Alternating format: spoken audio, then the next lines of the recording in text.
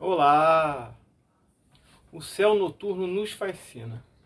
Mesmo nas grandes cidades, essa imensidão de mistérios dão asas à nossa imaginação e suscitam questionamentos que acompanham a humanidade há muito, muito tempo. Para os mais jovens, acostumados com informação ao alcance de um toque de tecla, fica difícil dimensionar a importância das obras de divulgação científica para a minha geração. Nós procurávamos avidamente por informações, de matérias de jornal a livros de ciência, mesmo aqueles francamente desatualizados. Os livros voltados ao público infanto-juvenil, por exemplo, eram muito interessantes, mas também limitados pela tecnologia e, acredito, pelo mercado editorial de então. Agora, imagine, em uma noite de domingo de 1982, o fascínio que tomou conta dos brasileiros ávidos por conhecimento ao receber um presente maravilhoso, a série Cosmos de Carl Sagan. E não vinha desacompanhada.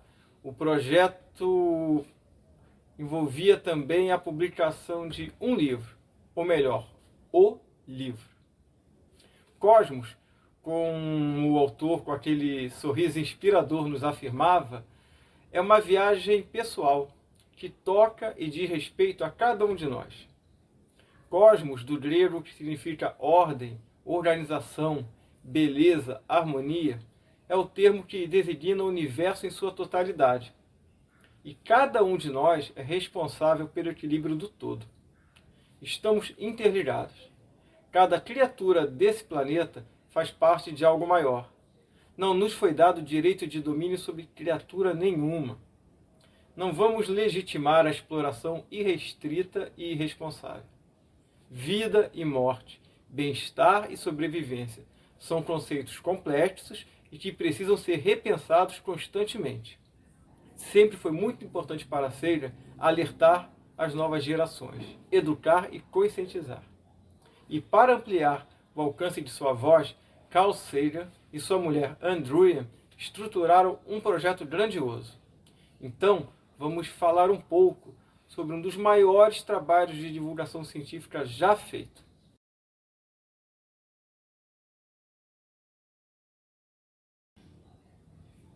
Na agora longínqua noite de 25 de abril de 1982, um domingo, após o programa fantástico da TV Globo, às 23h15, eu lutava bravamente contra o sono, aguardando o primeiro episódio da série. Eram outros tempos. A maioria das crianças tinha como limite as 10 badaladas noturnas para ir dormir, principalmente às vésperas da segunda-feira. Pensando na escolha desse péssimo horário, podemos deduzir que a emissora não acreditava muito nessa aposta.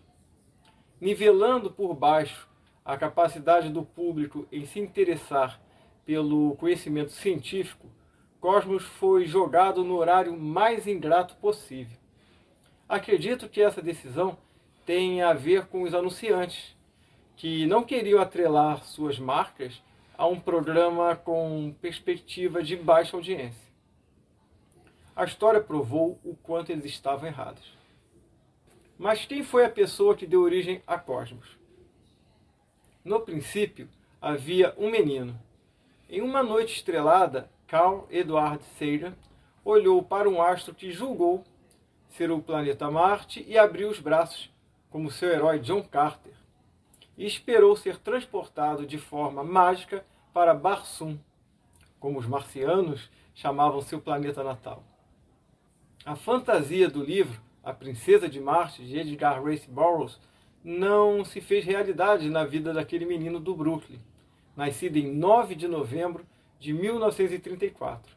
E ele continuou ali, tão distante de Marte como todos nós. O que ele não poderia imaginar é que seu nome estaria eternamente ligado à palavra cosmos. Carl Sagan foi certamente o cientista mais famoso da década de 80.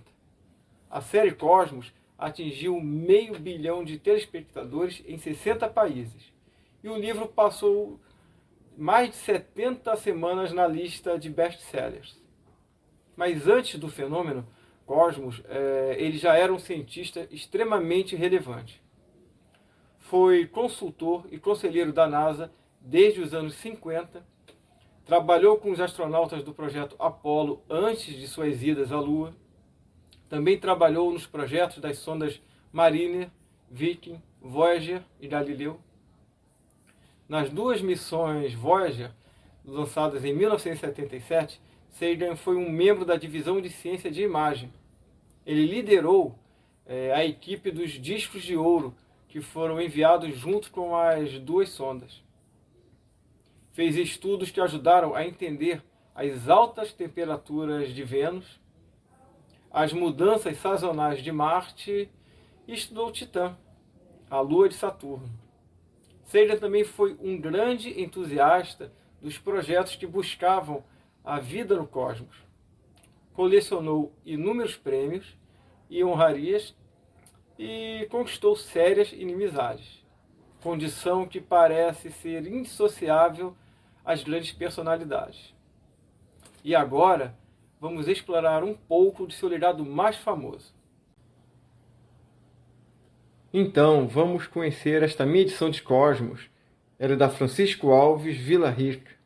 É uma edição de 1992, capa dura, formato maior do que a edição atualmente disponível. Eu não a possuo, mas trouxe um livro com as mesmas dimensões da edição mais recente. Como vocês podem ver, a antiga é bem maior. E vale muito a pena procurar por ela, e não é difícil encontrá-la. E o preço varia entre 50 a 60 reais. E esta edição valoriza muito o trabalho de Carl Sagan. Então vamos folhear o livro e falar um pouquinho sobre ele. É uma edição belíssima mesmo.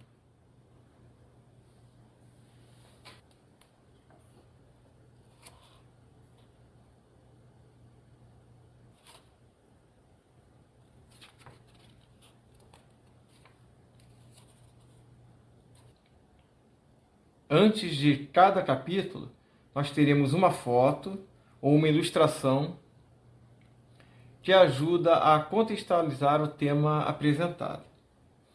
As fronteiras do oceano cósmico. O título remete às fronteiras naturais impostas à humanidade e de como o desafio é imenso, os obstáculos são grandiosos e o universo é visto como a fronteira final.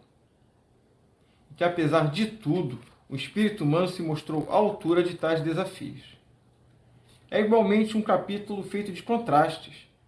Sagan nos transporta de nosso lar cósmico à Terra e nos conduz para as fronteiras do universo conhecido. Distâncias inimagináveis nos são apresentadas, corpos celestes gigantescos, misteriosos e, por que não dizer, aterradores. Viajaremos através de galáxias, aglomerados estelares, pulsares. E no regresso, passaremos rapidamente pelos planetas do Sistema Solar.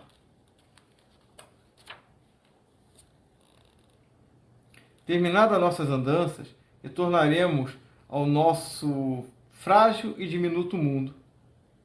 Um contraponto entre a grandeza do universo e nossa casa planetária. E, é claro, os seres humanos e seu imenso potencial em um pequeno vislumbre do conhecimento acumulado por gerações e gerações. Inclusive, nós temos aqui uma explicação de como um sábio da antiguidade descobriu a esfericidade da Terra e calculou com uma margem de erro muito pequena o diâmetro do nosso planeta. Na série, esse acontecimento nos é apresentado de uma forma fabulosa.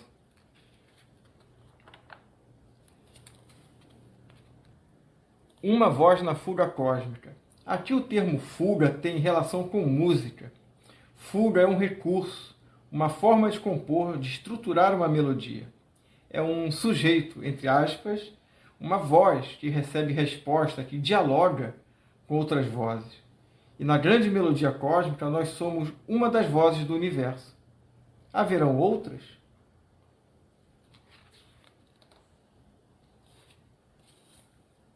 Aqui o autor investiga as origens da vida no único lugar onde nós sabemos que ela surgiu e evoluiu para inúmeras e variadas formas. Através de uma lenda japonesa sobre guerreiros e um caranguejo, Carl Sagan nos mostra como a evolução, neste caso, foi imposta pelo homem. Na série também, essa história é contada de uma forma assim, sensacional.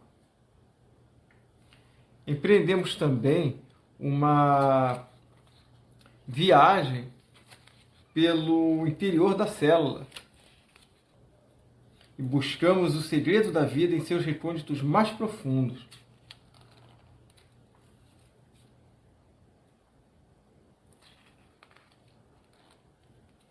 Essa experiência aqui, ela é muito interessante, reproduz nesse globo a atmosfera primitiva da Terra. Quando eu assisti pela primeira vez, eu fiquei fascinado. E é claro, especula-se sobre possíveis manifestações da vida em outros mundos, através da ficção científica e da especulação científica, com hipotéticos seres que habitam o planeta Júpiter.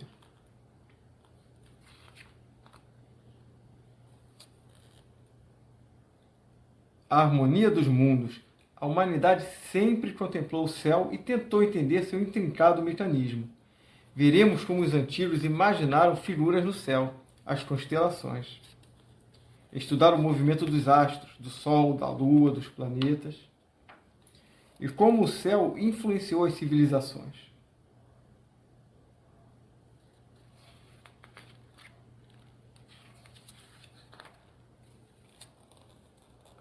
Conheceremos os modelos planetários, os sistemas elaborados pelos sábios, o conflito entre os diversos modelos propostos e a mudança na trajetória da humanidade com a aceitação das leis naturais e verdades científicas. Não é claro, sem luta.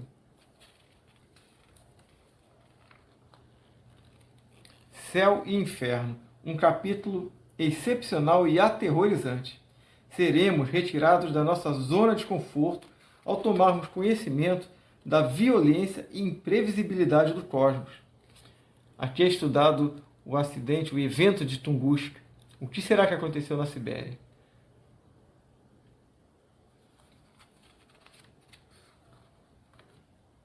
Os cometas, que vêm perturbar a ordem universal, os inúmeros cenários de impactos de corpos celestes em outros mundos. Aqui, a fotografia rara, datada de 1910 do cometa de Halley, com Vênus à esquerda e embaixo.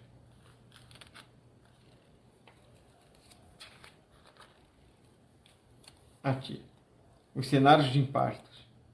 Além de acontecerem em outros corpos celestes, eles também ocorrem no próprio planeta Terra. Se o nosso planeta é hoje um paraíso para a vida, não podemos esquecer que o inferno pode estar bem próximo. A catástrofe pode ser só uma questão de tempo.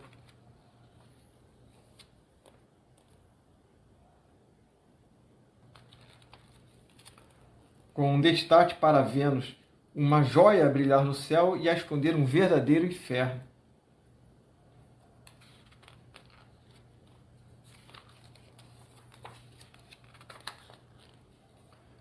Toadas para um planeta vermelho, Marte. Mas antes, um pequeno reparo no título. No original temos Blues to a Red Planet.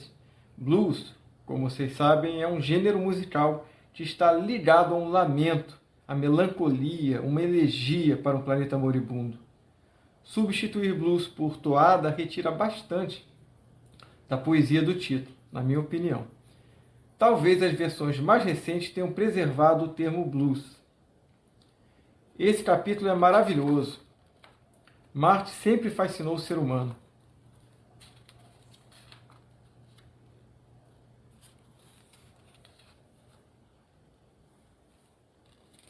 Passemos então pelas páginas da ficção científica, com uma princesa de Marte. E aqui nós temos um personagem muito importante para a conquista espacial. Com os pés no chão, mas a cabeça nas nuvens, Robert Goddard, considerado o pai dos foguetes modernos.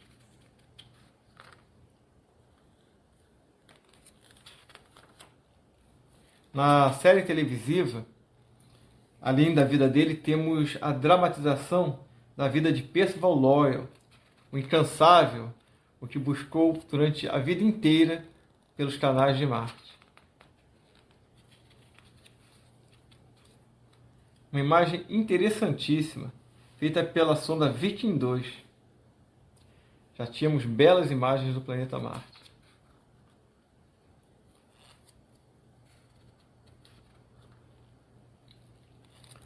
Aqui também é sensacional. 2 protótipos de futuros rovers de Marte. Os andarilhos marcianos reais do futuro incluirão provavelmente elementos de ambos os projetos. Olha que sensacional. E hoje nós estamos aí com Perseverance.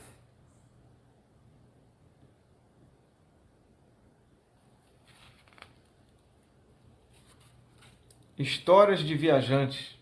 Um paralelo entre as viagens de exploração da antiguidade com um enfoque no século XVII, caminhando em direção a tempos mais recentes até chegar às viagens espaciais, bem como as viagens do raciocínio, dos gênios que desbravaram o desconhecido. O nunca por demais louvado Galileu Galilei. Temos imagens belíssimas. Aqui a sonda Voyager enviou essas imagens de Júpiter.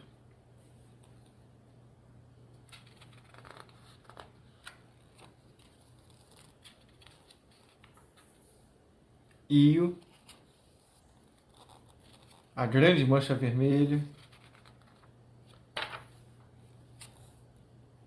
um vulcão em Io. Aqui neste capítulo nós temos o que eu chamo de a cereja do bolo, um exercício de imaginação, um diário de bordo das sondas Voyager, escrito por um hipotético capitão aos moldes dos antigos navegantes. Além de fotografias, nós temos concepções artísticas dos planetas.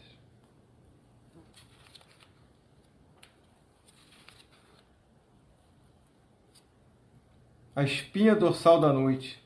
O título do 7º capítulo remete à visão de mundo de um povo da antiguidade, uma tentativa de explicar a Via Láctea e as estrelas através de um mito. Ceira nos mostra aqui a jornada humana da ignorância, no sentido de desconhecer, em direção à sabedoria. De como uma espécie muito inteligente e curiosa percorreu os milênios observando e deduzindo os sistemas do mundo. É um capítulo dedicado ao nascimento do pensamento científico.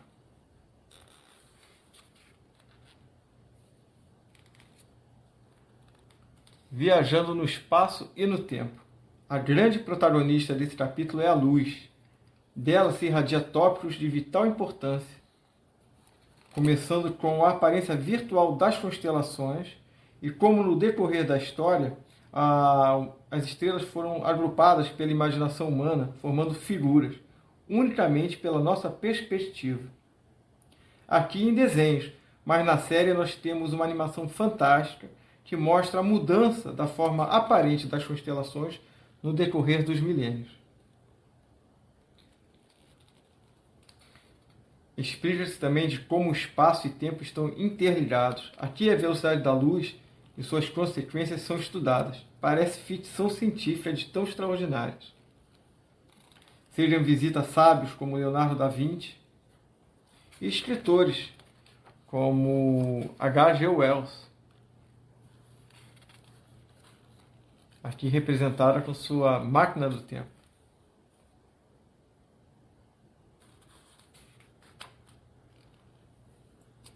A busca por planetas ao redor de outras estrelas, os exoplanetas. e concepções artísticas desses hipotéticos, na época, planetas extrasolares. Um exercício realmente de imaginação.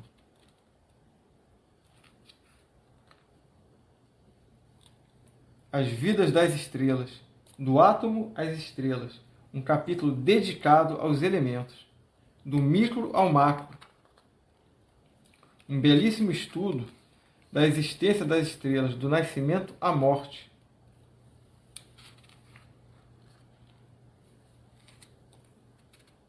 Aqui nós temos a representação da morte do Sol e do poeticamente denominado o último dia perfeito sobre a Terra.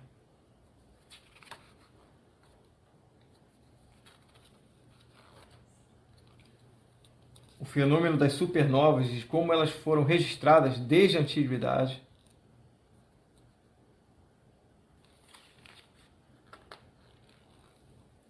O limite do eterno. O que seria o limite do eterno? Um paradoxo em si mesmo ou a busca pelo início, forma, tamanho e uma possível finitude ou limite para o universo? Sager nos apresenta o início de tudo. O Big Bang, os primeiros passos de um universo em formação. O surgimento das galáxias, seus modelos e seus mecanismos gravitacionais. As grandes e misteriosas estruturas do cosmos. E a impressionante história de dois homens, Milton Humason, um jovem condutor de mulas, e Edwin Hubble. Sim, o Hubble. A incrível parceria entre esses dois homens mudaria nosso entendimento do universo para sempre. A série, neste tópico, dá um show. O Big Bang, por sua vez, suscita inúmeras questões, e Sager nos apresenta belíssimos mitos da criação de diferentes culturas.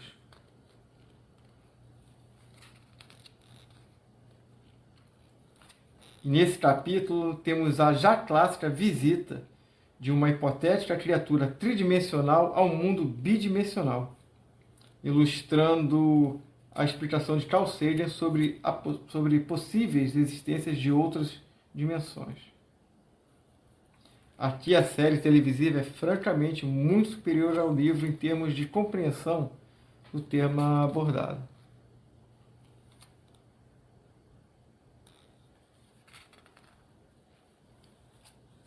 A persistência da memória. O capítulo começa com uma história sobre seres inteligentes, comunicativos e enormes, as baleias. Através da exposição de uma tragédia ecológica, Carl Sagan fala sobre a memória genética, as informações armazenadas por gerações e gerações.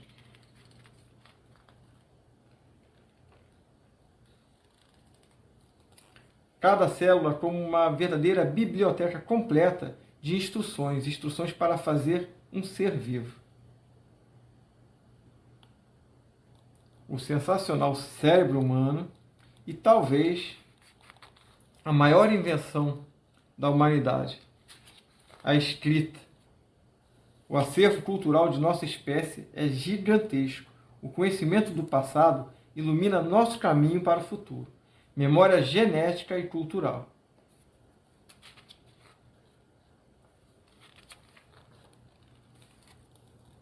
Mas a vida é frágil e Sagan nos mostra um evento de extinção em massa muito conhecido, o fim dos dinossauros. Mas a humanidade, talvez um dia venha a desaparecer, encontrou uma forma de se perpetuar.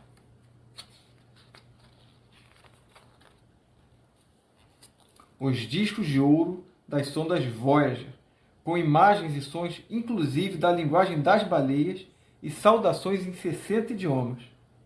Ouça a saudação em português. Paz e felicidade a todos. A civilização humana, talvez eternizada. A persistência da memória. Enciclopédia Galáctica. Aqui nós temos uma diferença marcante entre livro e série. Na série nos é apresentada uma dramatização de um possível contato imediato do terceiro grau e a célebre frase de Carl Sagan: alegações extraordinárias. No livro é abordada a questão da comunicação, identificar e traduzir uma mensagem. Para isso, nos é contada a história da Pedra de Roseta e Champollion, que decifrou os hieróglifos egípcios. Pedra de Roseta.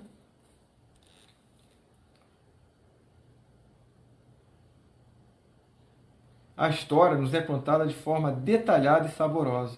Com isso, o terreno está pavimentado para guiar nosso raciocínio para as dificuldades da busca, identificação e tradução de uma possível mensagem extraterrestre.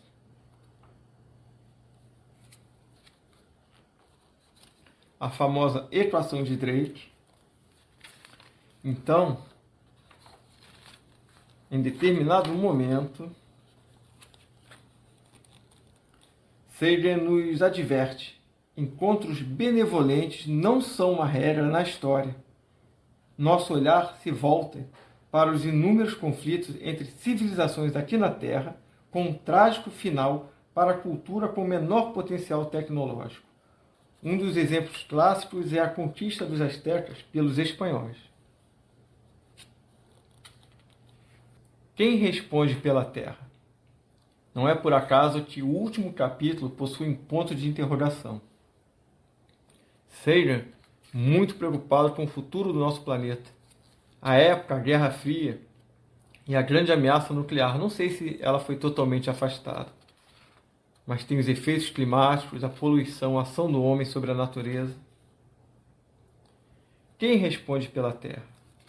Eu, você, cada um de nós. Esse é um dos muitos legados de Carl Sagan, que faleceu em 20 de dezembro de 1996. Mas eu não acredito que alguém assim possa realmente morrer.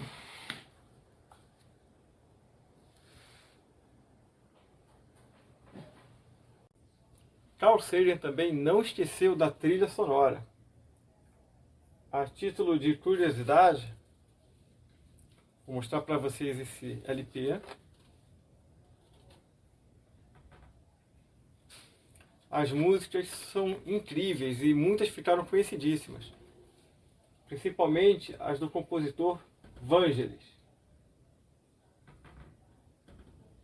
Se você não está ligando o nome à pessoa, vou colocar aqui alguns trabalhos feitos por Vangelis. E também temos compositores como Bach, Stravinsky, enfim. Um complemento e uma homenagem para este grande homem chamado Carl Edward Sagan. Até mais.